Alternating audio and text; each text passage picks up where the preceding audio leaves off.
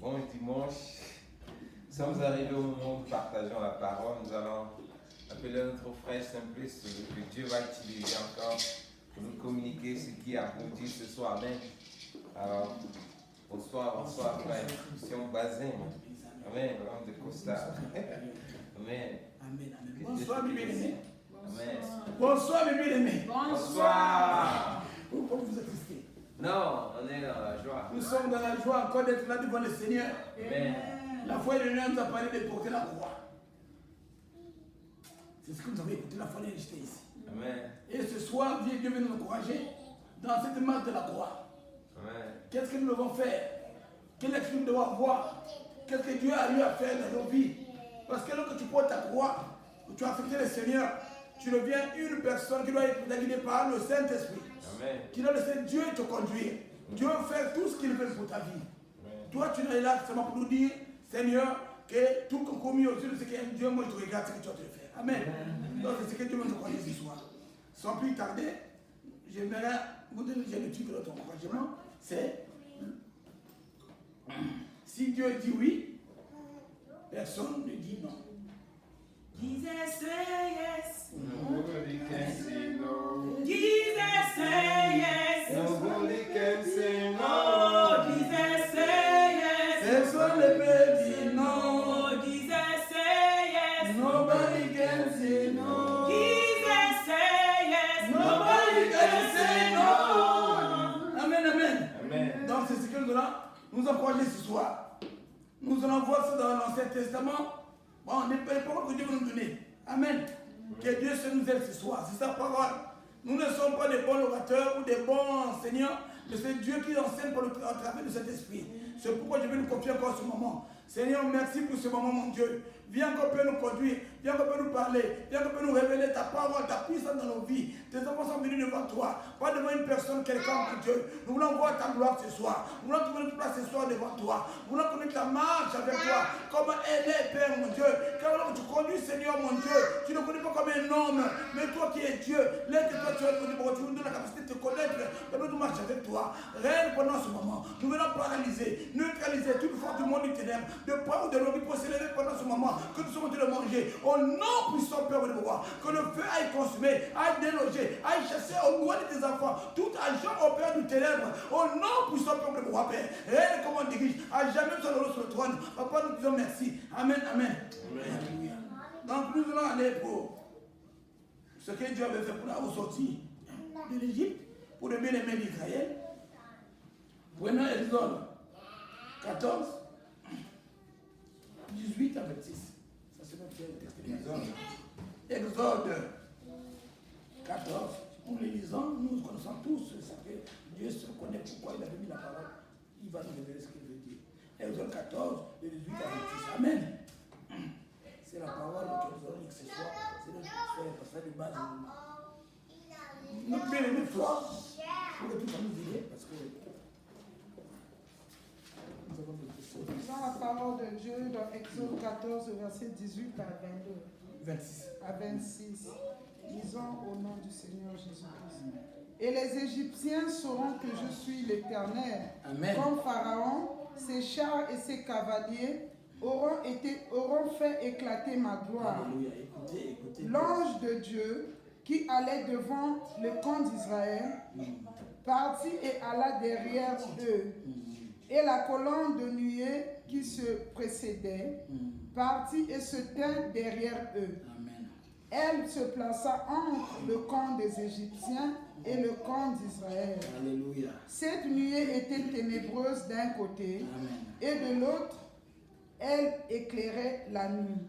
Et les deux camps n'approchèrent point l'un de l'autre pendant toute la nuit. Amen. Moïse étendit sa main sur la mer, et l'Éternel refoula la mer par un vent d'Orient, qui souffla avec impétuosité toute la nuit. Il mit la mer à sec, et les eaux se fondirent. Les enfants d'Israël au milieu de la mer à sec, et les eaux formaient comme une muraille à leur côté, et à leur droite et à leur gauche. Les Égyptiens les poursuivirent, et tous les cavaliers de Pharaon, ses chars et ses cavaliers entrèrent après eux au milieu de la mer. Amen. 26. À la veille du matin, l'Éternel, de la colonne de feu et de nuée, regarda le camp des Égyptiens et mit en désordre le camp des Égyptiens. Il ôta les roues de leurs chars et en rendit la marche difficile. Les Égyptiens dirent alors: fuyons devant Israël, car l'Éternel combat pour lui contre les Égyptiens. Yes, sir. Amen, amen. Verset 26. 26, verset 1. L'Éternel dit à Moïse: étends ta main sur la mer, et les eaux reviendront sur les Égyptiens, sur leurs chars et sur leurs cavaliers. Amen. Amen. Alors, mes bien-aimés, c'est une parole que Dieu veut nous donner aujourd'hui, que nous puissions vraiment écouter ce que Dieu veut dire à son peuple. Parce que c'est sa parole. Si nous voyons la marche du peuple d'Israël, la sortie du peuple d'Israël de l'Égypte, c'était une sortie miraculeuse. Avant que leur lâche même par Pharaon, Dieu a fait des prodiges, des miracles, à montrer à Pharaon qu'il est Dieu. Amen. Amen. Mais, ce même Dieu, pendant qu'il a confondu Pharaon dans tout ce qu'il voulait empêcher le peuple de sortir, a confondu le cœur de Pharaon pour les poursuivre encore, afin de les empêcher de ne pas bénéficier de cette liberté, ces promesses que Dieu les avait promises. Or, nous savons les raisons qui ont amené Dieu d'aller délivrer son peuple, parce qu'il avait vu leur souffrance quand les temps étaient arrivés. Et Satan, qui est l'image de Pharaon, n'a pas voulu leur liberté, a continué à poursuivre les enfants d'Israël. Alors donc ce soir, Dieu avait pris la décision que les enfants devaient sortir. Il avait demandé à Moïse, va dire à Pharaon de les libérer. Le temps est venu là où les enfants vont vivre la promesse de Dieu. Et Pharaon a voulu bloquer cela. C'est pourquoi on a intitulé, si Dieu a dit oui, personne ne dit non. Parce que Dieu avait décidé qu'il parte. Pharaon a voulu s'opposer. Et Dieu voulait qu'il puisse maintenant démontrer à Pharaon qu'il est Dieu. Donc dans la marche que nous avons avec le Seigneur, il y a des moments que Dieu décide une chose dans nos vies pour que nous puissions l'atteindre. Mais il va nous amener dans des chemins que nous ne pouvons pas comprendre. Il va nous amener dans le tournure.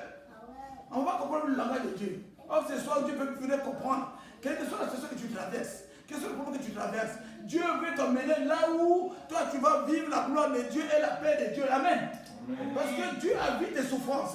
Tu habites du temps dans un coin, dans un côté, dans une chose, que tu n'as pas gagné quelque chose. Dieu a dit c'est le moment maintenant que tu vas vivre ta gloire, la puissance de Dieu. Donc que le monde du ténèbre s'oppose, que les hommes du ténèbre s'opposent, toi tu vas vivre la gloire que Dieu a proclamée dans ta vie. Amen.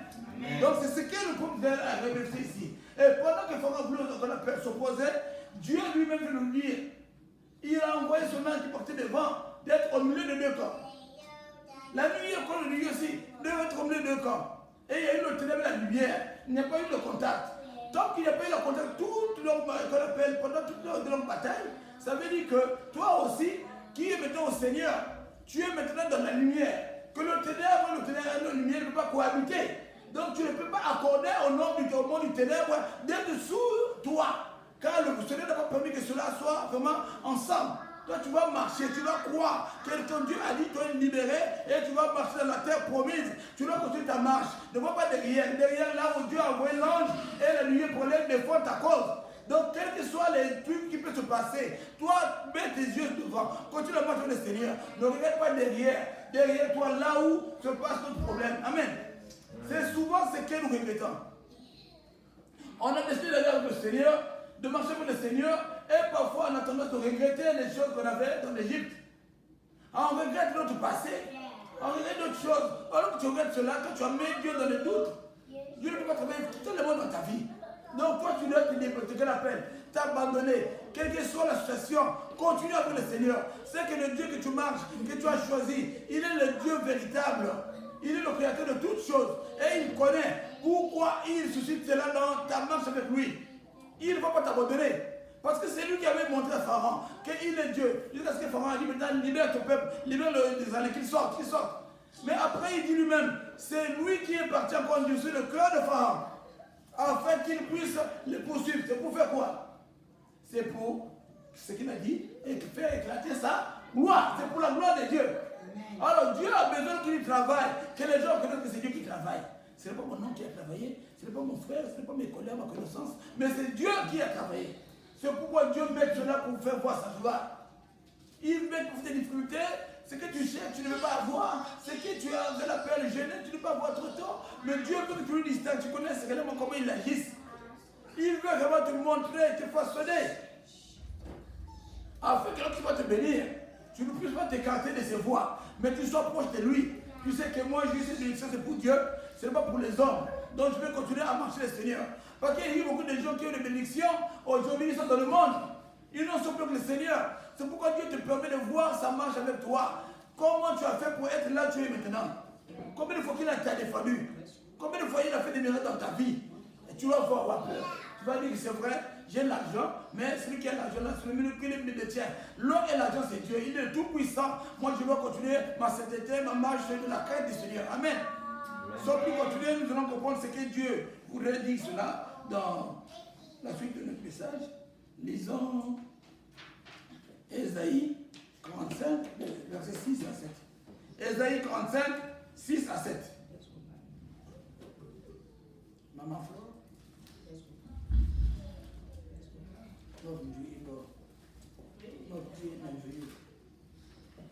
S'il a décidé, malgré ce que tu vois, malgré les pharaons, tu vas courir derrière toi, malgré tu vois les chars et les pharaons, malgré tu vois vraiment la mer rouge est devant toi, sachez-le que le Dieu là est fidèle. Ce qu'il a dit, qu'il libère, maintenant tu vas vivre sa gloire, tu vas vivre sa gloire. Le Dieu est venu là, tu vas vivre.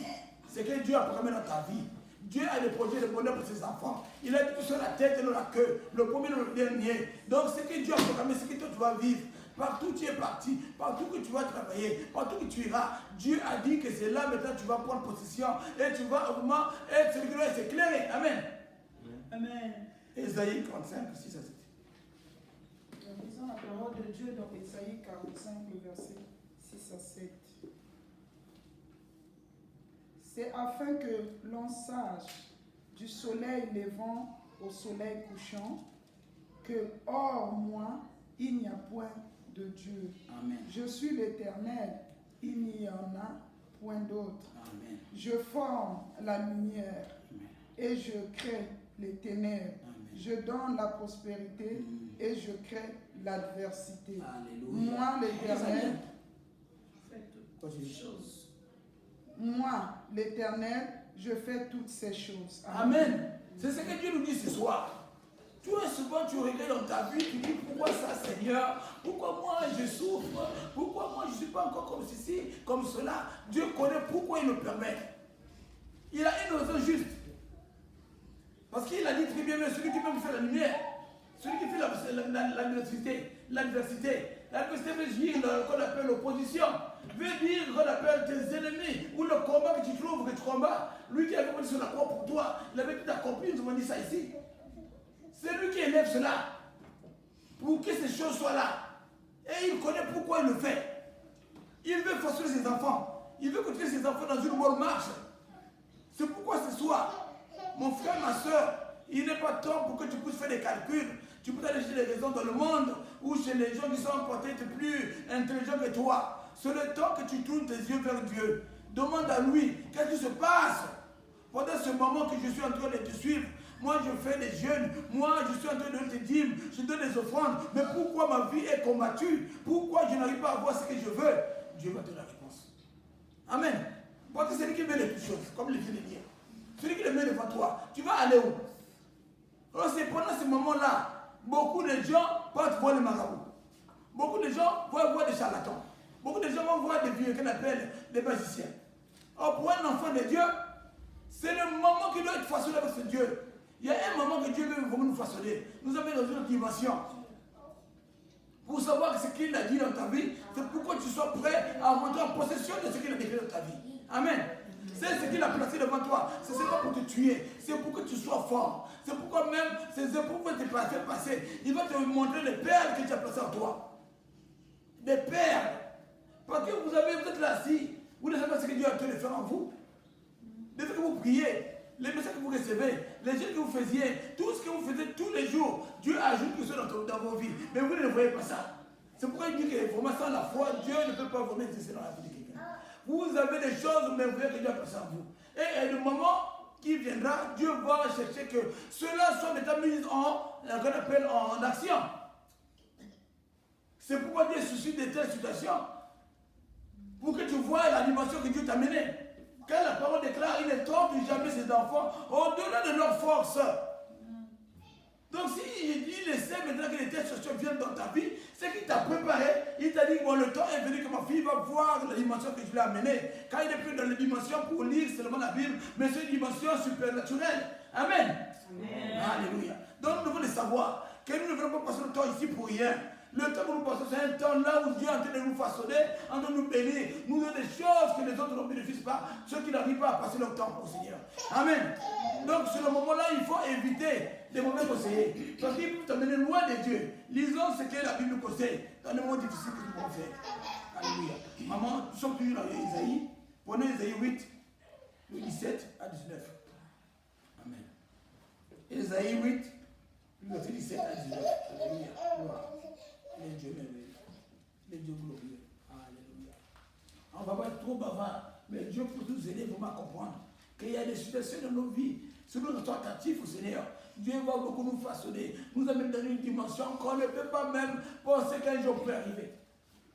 Parfois, un jour, tu vois que tu es comme d'habitude, mais le jour, tu vas essayer soit de prier pour soutenir les choses, ou de demander quelque chose, que Dieu peut se manifester. Tu vas voir ce que Dieu va faire. Tu dis, oh, ça c'est moi qui arrive à faire tout pareil. Mais Dieu t'a façonné, Dieu a mis des choses dans ta vie que tu ne connaissais pas.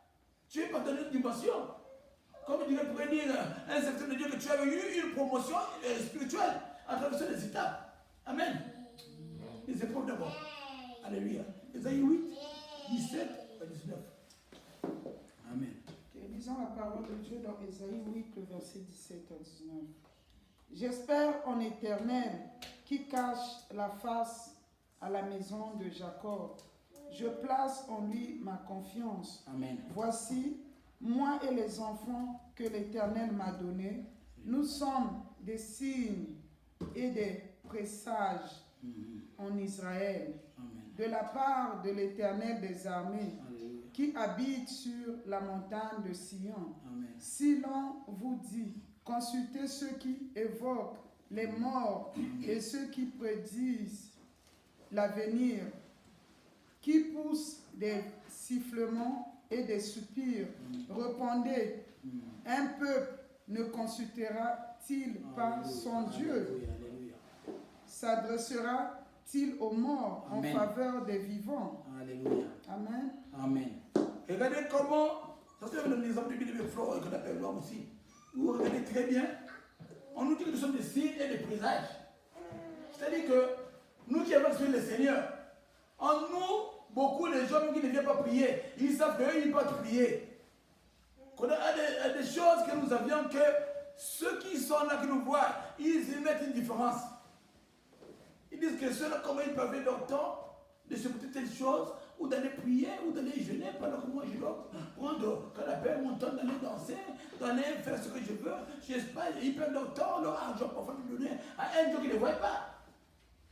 Et des signes dans vos délivrances, dans vos trucs spirituellement par la foi, ce que vous faites, les hommes cherchent dans les hôpitaux, ils ne trouvent pas. Mais nous, on vient vers vous. Des choses se passent comme si c'était un médicament que tu peux leur main. Dieu opère des miracles sans qu'il y ait vraiment des instruments qu'on appelle d'opération. Et il fait des opérations sans cicatrices. Il fait des grandes choses. Donc, les gens qui sont avec vous doivent voir des signes que le Saint-Esprit est en train de voir des grandes choses dans nos vies. Donc, lorsque vous avez des difficultés, ils vous voient comment vous allez réagir. Mais, ce qui est marrant, nous sommes encore les premiers parfois, lorsque nous avons des difficultés, d'aller courir vers ceux qui ne donnent pas la vie. C'est pourquoi on dit que jamais on ne peut accepter d'aller là-bas. Si nous savons le Dieu que nous servions, s'il connaît notre situation, si c'est lui qui nous a encore qu'est-ce qu'on appelle? Si c'est lui qui est le maître des comptes sur les temps, on n'a pas nulle part d'aller. C'est à lui que nous devons fixer nos yeux. Parce que ce qu'il a dit, oui, dans notre vie, c'est ce qui va s'accomplir. Quelle que soit la durée de la situation que tu peux traverser, tu dois arriver à atteindre ce que Dieu t'a dit que tu dois arriver. Donc personne ne va bloquer ce que Dieu a déclaré pour ta vie, pour ta marche avec lui. Là où Dieu a dit que tu vas attendre, tu dois l'atteindre. Quand ta vie n'est plus encore une vie, que tu vas marcher par les calculs des hommes. Pas que tu vas devoir aller dans un marché, un marabout, c'est un féticheur pour aller avoir quelque chose. Quand les choses sont dans les mains du Seigneur. C'est ce que l'on vient nous encourager ici. Il faut éviter, pendant ces moments difficiles, d'aller chercher à ouvrir une brèche au diable. Restons figés au Seigneur. Marchons avec le Seigneur. Faisons confiance au Seigneur. Disons au Seigneur, regarde-moi, je suis là devant toi. Pourquoi cette situation? Pourquoi ces problèmes? Moi, je n'ai plus d'autre rocher. Je n'ai plus d'autre Dieu. Moi, je n'ai que toi. Ce soir, bénis-moi. Ce soir, écoute-moi. Ma section, viens encore intervenir. Dieu me fait là. Quelle que soit la situation. Car si tu as accepté le Seigneur et tu veux marcher et mener une vie de sanctification, tes paroles vont devenir précieuses, puissantes même. Lorsque tu pries, c'est une puissance qui sort, c'est le feu. C'est pourquoi Dieu dit souvent, pour ceux qui marchent avec lui, ceux qui respectent sa parole, il confirme leurs paroles, qu'il déclare, alors qu'il prie à quelqu'un, tu te demandes béni, guéri, tu es délivré. Le Seigneur l'accomplit parce que tu as la crainte de Dieu et tu marches dans sa connaissance, sa parole. Amen. Alléluia. Amen. Raison pour laquelle nous allons continuer notre encouragement dans la vie de notre bien-aimé Job que nous connaissons tous. Nous voulons entendre lui qui était dans le monde difficile, lui qui a mené une vie aisée, une vie, connaissant tous la vie qu'avait Job. Mais là que Dieu les a prouvés, lui il a eu dit quelque chose. Il n'a pas resté muet. Parce que pendant ce moment, nous connaissons comment Satan avait été parti demander au Seigneur de lui éprouver. Pendant ce moment-là, le diable attendait qu'il parle mal de Dieu. Mais regardons tous les meilleures paroles que Job nous encourageait. Surtout, l'homme parle de bonnes choses lorsqu'il est en bonne santé. Lorsqu'il est béni ou il a reçu de l'argent ou quoi. Mais quelqu'un qui a des difficultés, c'est vraiment beaucoup rare. Même les femmes qui sont mariées, parfois ils vomissent leur mari le jour-là. Pendant qu'ils souffrent, ils disent ah non, le mari n'est pas. Mais sur le moment-là, nous allons lire ce que Job avait dit pour que le Dieu là, ce qu'il peut faire. Job 27, de 1 à 5. Amen. Job 27, de 1 à 5. Nous allons voir Job, même dans les difficultés, ce qu'il a dit pour ce Dieu. Il n'avait pas là d'autre endroit à partir. Car Dieu connaît son serviteur. Allons-y. Job 27, de 1 à 5, c'est le mot. Lisons la parole de Dieu dans Job 27, le verset 1 à 5. Job prit de nouveau la parole sous forme sentencieuse et dit: Dieu qui me refuse justice est vivant. Le Tout-Puissant qui remplit mon âme d'amertume est vivant. Amen. Aussi longtemps que j'aurai ma respiration et que le souffle de Dieu sera dans mes narines, Amen. mes lèvres ne prononceront rien d'injuste. Alléluia. Ma langue ne dira rien de faux. Amen. Loin de moi la pensée de vous donner raison. Amen. Jusqu'à mon dernier soupir, je défendrai mon innocence. Alléluia. Amen. Regardez très bien ce que le bien-aimé Job lui a dit. Lui, il a été, vraiment, vous connaissez tout ce qu'il a subi. Mais il a dit, loin de lui, d'avoir des calculs autres contre Dieu. Parce que lui-même, il ne peut rien. Il ne va pas changer la situation. Si Dieu a dit, c'est ce qu'il va devenir, il va le vivre. Comment tu vas changer ce que Dieu a décidé dans ta vie? Comment tu peux vouloir refuser ce que le grand Dieu est en train de faire? Dieu te donne le souffle de vie. C'est déjà un grand miracle. On dit souvent, tant qu'on vit, il y a de l'espoir. Alors, lorsqu'il vivait, il savait que tant que Dieu n'a pas avoir tué, c'est qu'il a quelque chose de particulier qu'il peut faire encore dans la vie. Alors, nous, aujourd'hui, nous sommes ceux qui sont appelés à marcher par la foi. À marcher par la foi. Si nous voyons très bien les choses qui sont portées dans la Bible, on a vu la mort de notre bien-aimé Lazare. C'était une situation qu'on ne pouvait pas parler. Quelqu'un était bien enterré, qui commençait à prier comme frères et ses sœurs. Mais les gens ont vu quelqu'un venir là qui dit ôter la pierre, mais les gens voulaient se moquer, la pierre se moquer de lui. La pierre comme un fou. C'est ce que Dieu fait. Dieu, pendant qu'il te traverse comme ça, il est en train de voir pour ton problème. Et il est là en train de faire des choses de meilleures parce qu'il a toujours dit, il a des projets dignes de mon nom pour ses enfants et non de malheur. Aucune fois Dieu a eu le temps de les asseoir pour sauter le malheur pour son fils. Tout ce qu'il fait dans nos vies, c'est pour faire éclater sa gloire. Nul n'était le secours de Dieu dans nos vies. Nous autres là, on ne devait plus vivre. Si vous voyez ce que Satan fait tous les jours, on devait nous estimer depuis. Si nous vivons, c'est parce que Dieu nous aime. Amen.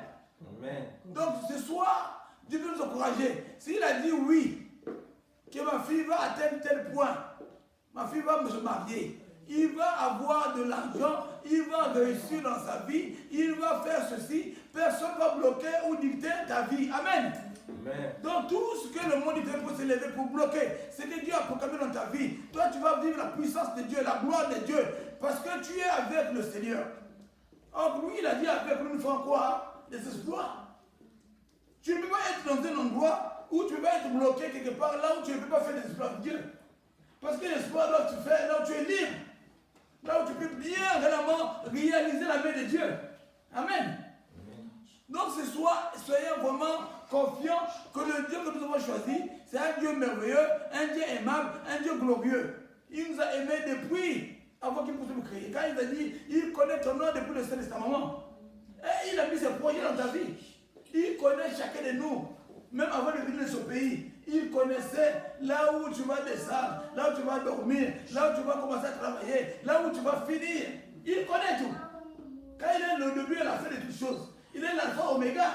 Amen. Alléluia.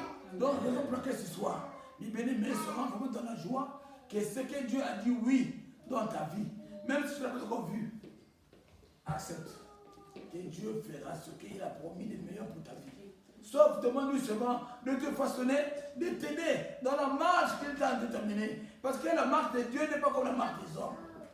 Il fait des choses que l'homme parfois se dit que non, ce n'est pas ce que Dieu m'avait dit. Si nous pouvons voir la vie de notre bien-aimé Joseph, ses rêves ne disaient pas qu'il devait partir dans la citerne. Si nous pouvons bien voir la Bible, lire la Bible, lorsque le bien-aimé Joseph était encore dans sa famille, ces rêves que Dieu l'a montré, nous n'avons jamais montré être dans une citerne, être vendu, être en prison. Amen. Ces rêves n'ont jamais montré ça. Pourquoi ça? C'est qu'on appelle le mystère de Dieu. Dieu nous fait des choses, il y a des choses qui sont à lui seul, qui ne va pas montrer à l'homme. Donc si tu montres ça, tu veux des vidéos quoi. Donc ce que toi tu as accepté, c'est ce que Dieu te met devant toi. Demande à lui, qui t'aide dans cette marche de tous les jours, d'arriver là où il a promis. Parce que chacun de nous, il a promis quelque chose. Il a promis quelque chose. Il a donné une direction, quelque chose à chacun. Il connaît ce qu'il doit devenir.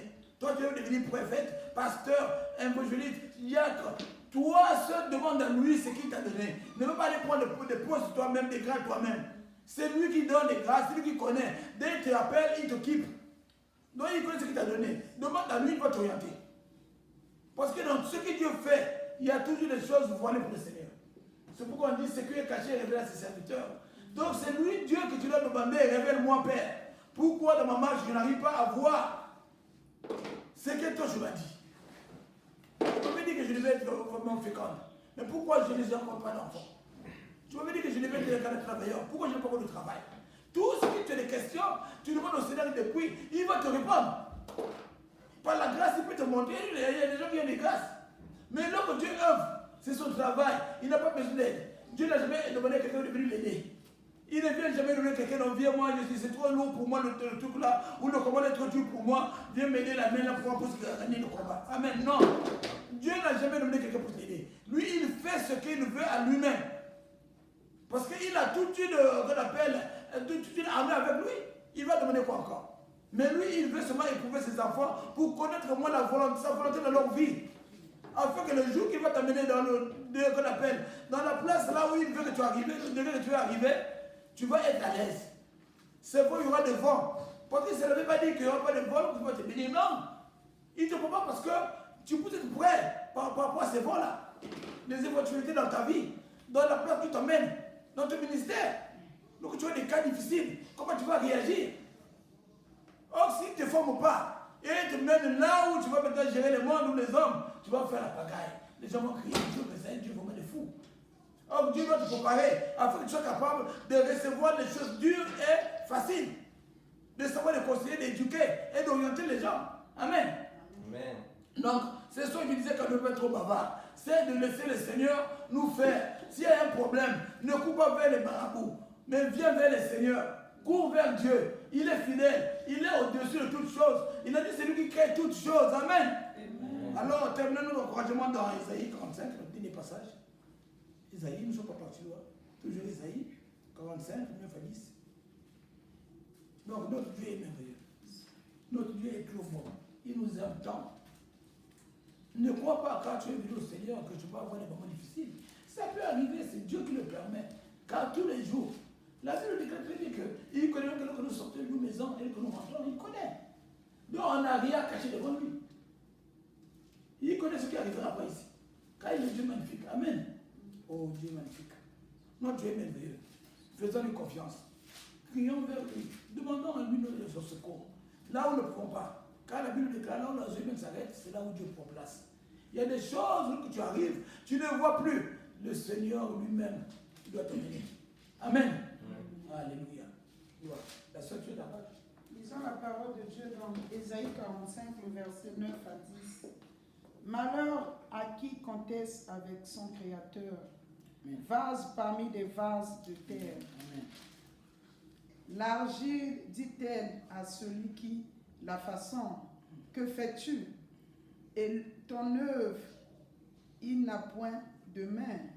Malheur à qui dit à son père, pourquoi m'as-tu engendré?